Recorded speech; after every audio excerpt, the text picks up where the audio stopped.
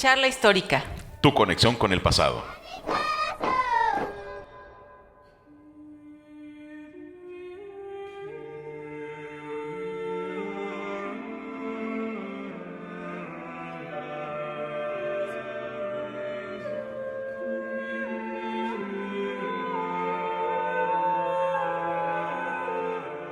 Hola amigas y amigos, bienvenidos a una emisión más de Charla Histórica.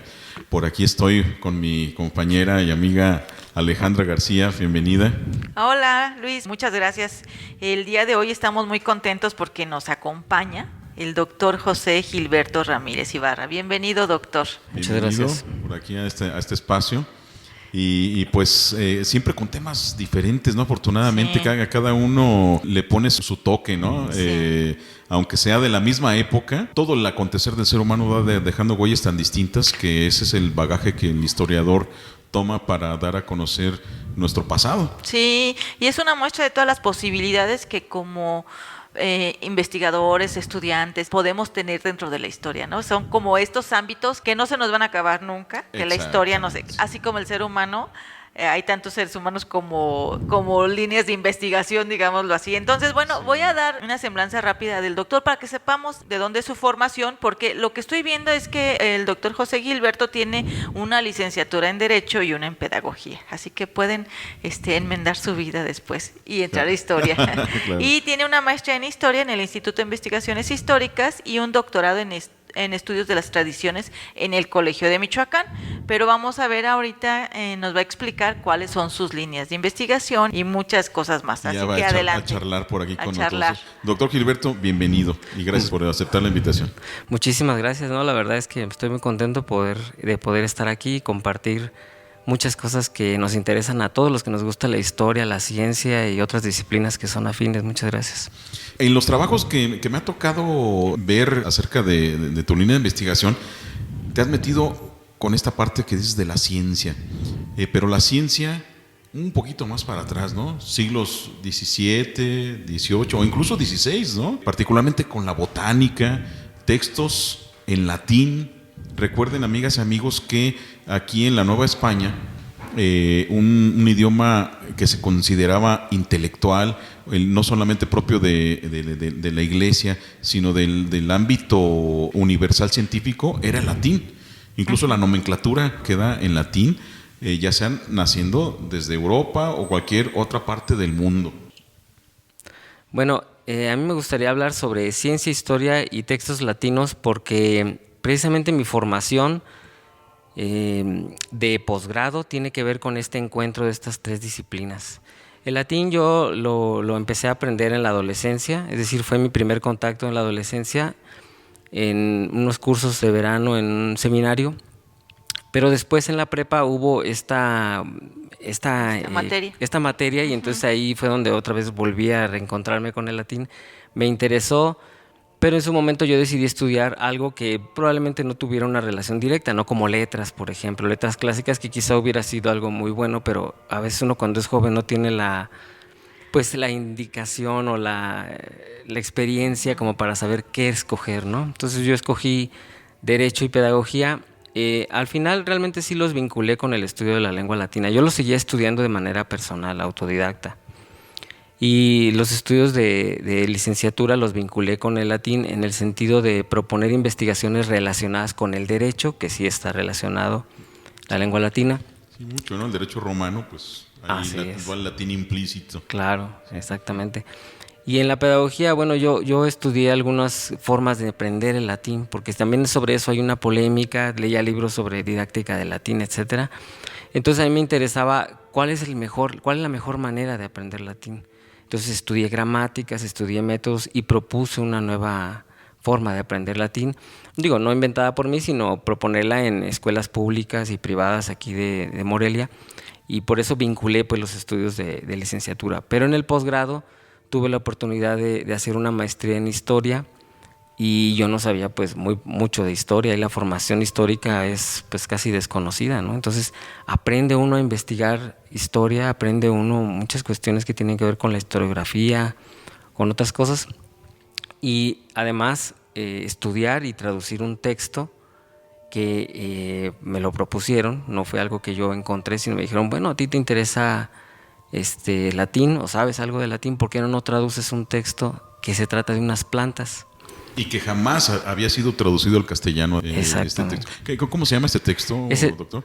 Ese texto se llama Novorum Vegetabilium Descriptiones, publicado en 1824 por Juan José Martínez de Lejarza y Pablo de la Llave. Sí, las descripciones nuevas de los vegetales. Así es. ¿Y dónde está ese texto original? Ese texto, hay una copia en el fondo reservado de la Biblioteca Pública de la Universidad Michoacana de San Nicolás de Hidalgo. Aquí en nuestra universidad tenemos de nuestras joyas que tendríamos ahí. Sí, cómo no. ¿Y con qué te encontraste con este? Porque no es nada más entra el latín y tradúcele, ¿no? Te encuentras ahí con dos vías. Obviamente como una lengua que yo no le llamo muerta, sino una lengua que ya no tiene vigencia en una población. Te encuentras ante esta novedad, ¿no? de traducir. Y recuerden, amigas y amigos, que el que traduce no solamente pone suple unos símbolos por otros, sino que hace una interpretación, ¿no? Una interpretación. Y por otro lado, el contexto histórico no pertenece a antier, ayer, pertenece a 1, 2, 3, 4 siglos atrás. ¿Cuál fue tu experiencia cuando estuviste trabajando con este texto? Y me gustaría añadir a tu pregunta también otro elemento, un tercer elemento, o sea, que sería la botánica. Porque tus líneas lo que has hecho tu licenciatura, pues es derecho y es la pedagogía. Entonces también añádele otro elemento más complicado para ti, que es la botánica, ¿no? O sea, ¿cómo pasó esto? Sí, pues precisamente la formación tiene que ver con la parte histórica y con la parte filológica y científica en sí, porque pues yo no sabía tampoco nada de botánica, entonces dije, bueno, voy a tener que ver qué es la botánica, cuándo se creó, cuáles son los máximos representantes, de qué se trata esa ciencia.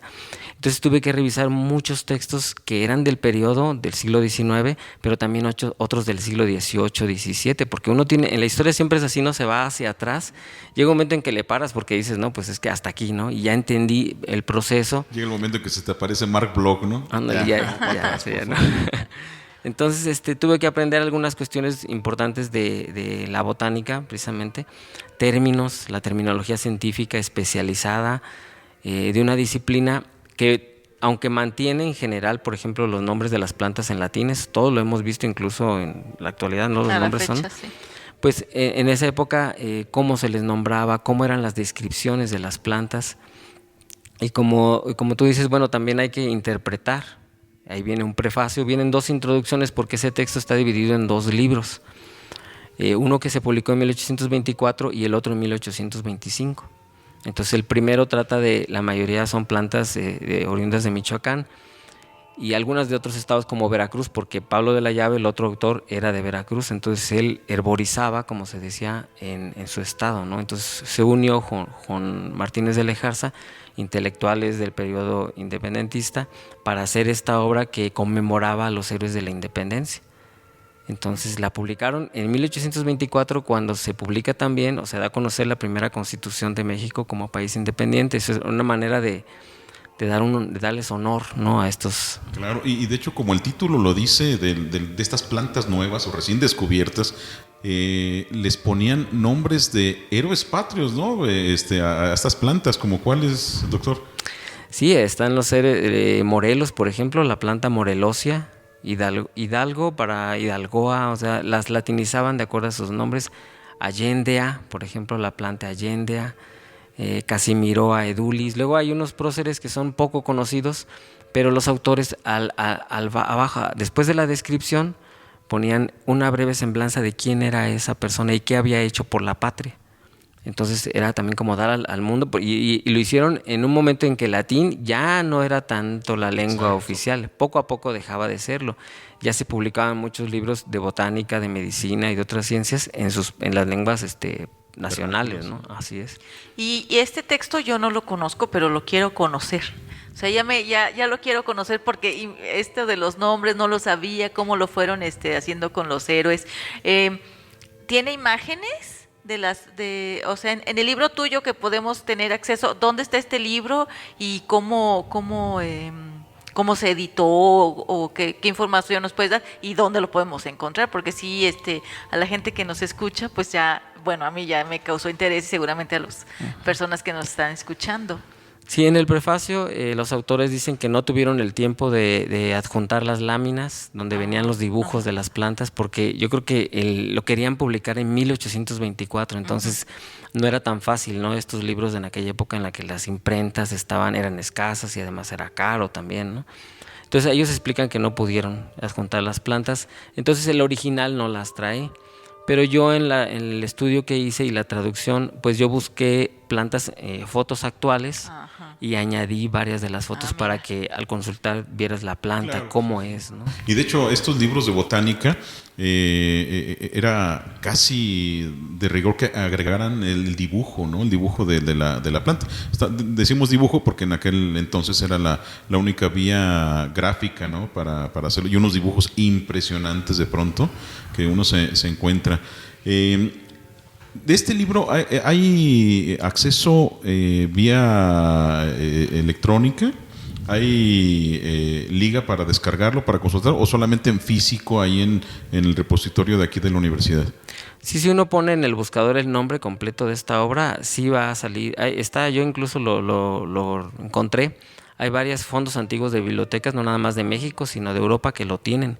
Entonces está digitalizado y ahí lo podemos, se puede descargar. Creo que también. En bibliotecas de Inglaterra me parece que hay, tienen ahí un original. Vale la pena si por ahí nos dejas la liga, lo ponemos aquí abajito del audio, amigas y amigos, para que le den clic y puedan acceder. Muy bien, sí, claro. Pero este libro, que ya tenemos interés en conocer, ¿fue tu tesis de maestría? Bueno, fue producto de... ¿Y continuaste en el doctorado o hiciste otra investigación que cambió o vas en la misma línea? Estás haciendo ahorita un postdoctorado. Entonces, ¿cuál sería como las siguientes investigaciones que realizaste? Sí, en el doctorado, bueno, como me gustó esta parte de la botánica y además uno tiene que especializarse en una línea de investigación, dije, bueno, voy a seguirle por aquí. Entonces, hace muchos años tuve también la oportunidad de conocer un texto sobre una planta mexicana, sobre dos plantas mexicanas. No están relacionadas con de la maestría, pero son plantas que eran mencionadas por muchos autores de los siglos XVI y XVII. Entonces dije, bueno, voy a hacer lo mismo con pero ahora, o sea, con el libro, con el texto del Novorum, pero ahora con un nuevo texto, un nuevo libro. Y también hacer la investigación del contexto histórico, del autor o de los autores y la traducción. Y entonces otra vez interviene pero ahora este texto se llama Disputatio Medica de Yalapa. Yalapa es la jalapa, que ahora en la actualidad todavía se sigue utilizando las jalapas, ¿no? Este texto es de 1678 y fue una tesis para obtener el grado para obtener la licencia de un médico alemán llamado Johann Ulrich Schmidt. Lo presentó en la Universidad de Jena y es un estudio completo de esta planta sobre esta controversia que existía para el siglo XVII, mediados todavía, de qué tipo de planta era, qué propiedades medicinales tenía, etcétera, ¿no? Es el que está relacionado con la raíz de Michoacán. La raíz de Michoacán, ¿verdad? Así es. ¿Tus textos, las traducciones, doctor, están accesibles para todo el mundo? ¿Hay manera de consultarlas? ¿Nuestros amigos que nos escuchan pueden acceder a ellas en alguna liga? El del Novorum probablemente sí, de esa tesis sí, pero el de doctorado no completé el estudio de ese libro, me faltaron 3 capítulos. Y estoy precisamente en el postdoctorado con esta propuesta de terminar la traducción y presentar ese texto con el estudio histórico del autor, etcétera, y la historia de las plantas, y luego presentar Pero el Novorum sí está disponible, ¿no? Ese que es un súper trabajo hacer una traducción latina de un texto científico, ya está en castellano y hecha por el doctor Gilberto. Vale la pena por allá acceder, si nos regalas por ahí la liga para que se dé a conocer este gran trabajo, ¿no? Si existe el libro a la venta o si está disponible para que lo descarguen, pues ya nos harás del conocimiento. Y si, por ejemplo, hay personas que les interese pues tomar clases, o ¿qué nos recomendarías? ¿Dónde nos recomendarías que tomen clases? Que siempre han tenido interés en el latín, pero no saben a dónde acercarse, o cómo ¿Cómo podrías tú comentarnos al respecto? En mi opinión, el Instituto de Investigaciones Históricas, porque aquí estamos proponiendo cursos de latín para estudiantes de historia, para público en general, pero generalmente los que les interesa más el latín son los estudiantes de historia, ya sea de licenciatura o de los posgrados, ¿no? Maestría y doctorado en historia. Y es una buena manera porque trato de vincular el conocimiento del latín a documentos históricos, ¿no? A un acercamiento, vocabulario y a lo mejor morfología y sintaxis simplificada para que haya un acercamiento a estos textos y pues no le tengamos miedo a estos siglos del 17 para atrás, porque yo cuando me enteré, cuando supe cómo era la investigación histórica, pues me daba cuenta por profesores o otros compañeros que decían es que el siglo XVII y XVI son difíciles por las fuentes, precisamente las fuentes. Cuando están en inglés es más fácil todavía acceder a ellas, francés, italiano, bueno, ¿no? Pero una obra en latín, completamente en latín, de 1000 páginas, no la entendemos. Sí, y además tiene sus peculiaridades, ¿no? Porque hay muchos latines. Está así el latín científico, el latín literario, el latín clásico, el latín vulgar, el eclesiástico, que tiene sus cosas muy específicas, ¿no? Y esto que nos propone por aquí el doctor, yo lo haría extensivo para todo mundo, todo estudiante, desde mi punto de vista.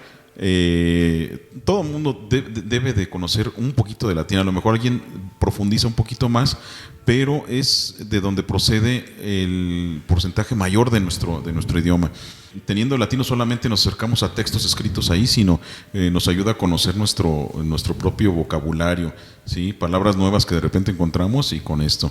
Entonces aquí es una buena vía. El doctor Gilberto está atendiendo la clase de latín en el departamento de idiomas también, ¿no?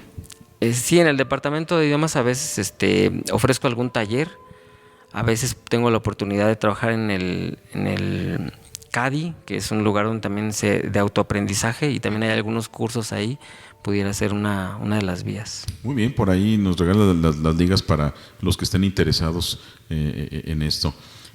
Algo que quisieras agregar, doctor, acerca de lo que has investigado, cómo les comentamos a nuestros amigos que nos escuchan para acceder a este tipo de vertiente de la historia, ¿no? A hablar sobre los libros, hablar sobre un texto. Te escuchamos. Bueno, a mí me parece que la historia y la ciencia, es decir, la línea de investigación de historia de la ciencia debe estar vinculada a los textos antiguos, porque lo que queremos muchas veces es saber qué dicen estas obras del pasado que están ahí en los fondos antiguos, en los fondos reservados y que no se estudian, se están echando a perder porque no hay una formación, porque no hay tanto interés a veces en estas lenguas antiguas, pero si nos damos cuenta que hay una beta ahí que puede dar muchísimo para muchísimas investigaciones, pues a través del latín es una manera de investigar estos textos y de traer nuevo conocimiento, ¿no? Histórico, científico, porque el lenguaje también es muy variable y hay neologismos, hay nuevas palabras, pero las ciencias son así, ¿no? Entonces a veces está ligado, por eso la ciencia, la historia y el latín están muy ligados en estos siglos del humanismo mundial y el humanismo mexicano en particular, o novohispano podríamos llamarlo. Pues qué interesante.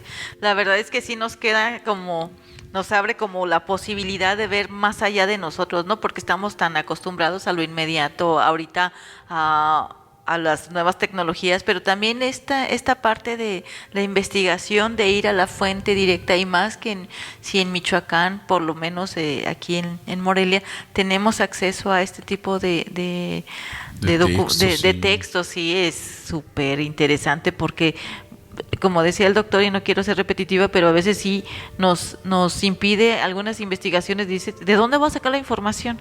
Me da solamente de libros que ya están, y entonces si vas al libro directamente, pues aquí lo tenemos en la Universidad Michoacana, en los fondos cuando nos referimos a fondos, son estas bibliotecas públicas donde hay libros muy antiguos a los que por un medio de un permiso podemos tener acceso como michoacanos, ¿no? Claro, y además la generosidad de la Universidad Michoacana en sus bibliotecas, que están abiertas para todo el mundo, para todo el mundo.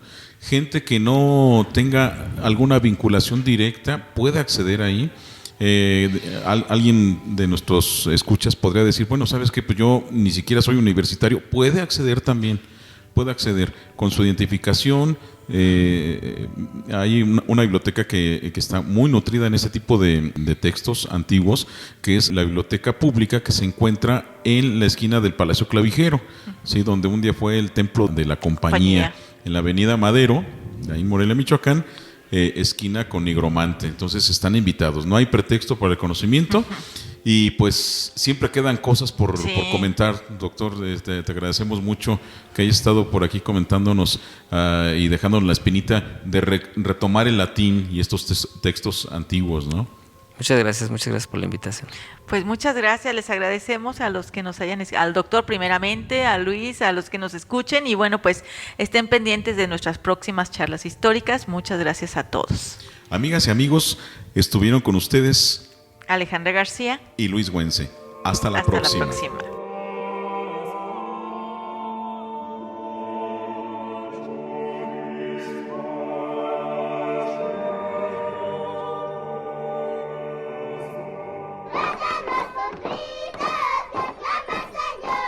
Charla histórica. Tu conexión con el pasado. Este es un podcast de divulgación histórica creado por alumnos del doctorado en Historia e impulsado por el Instituto de Investigaciones Históricas de la Universidad Michoacana de San Nicolás de Hidalgo.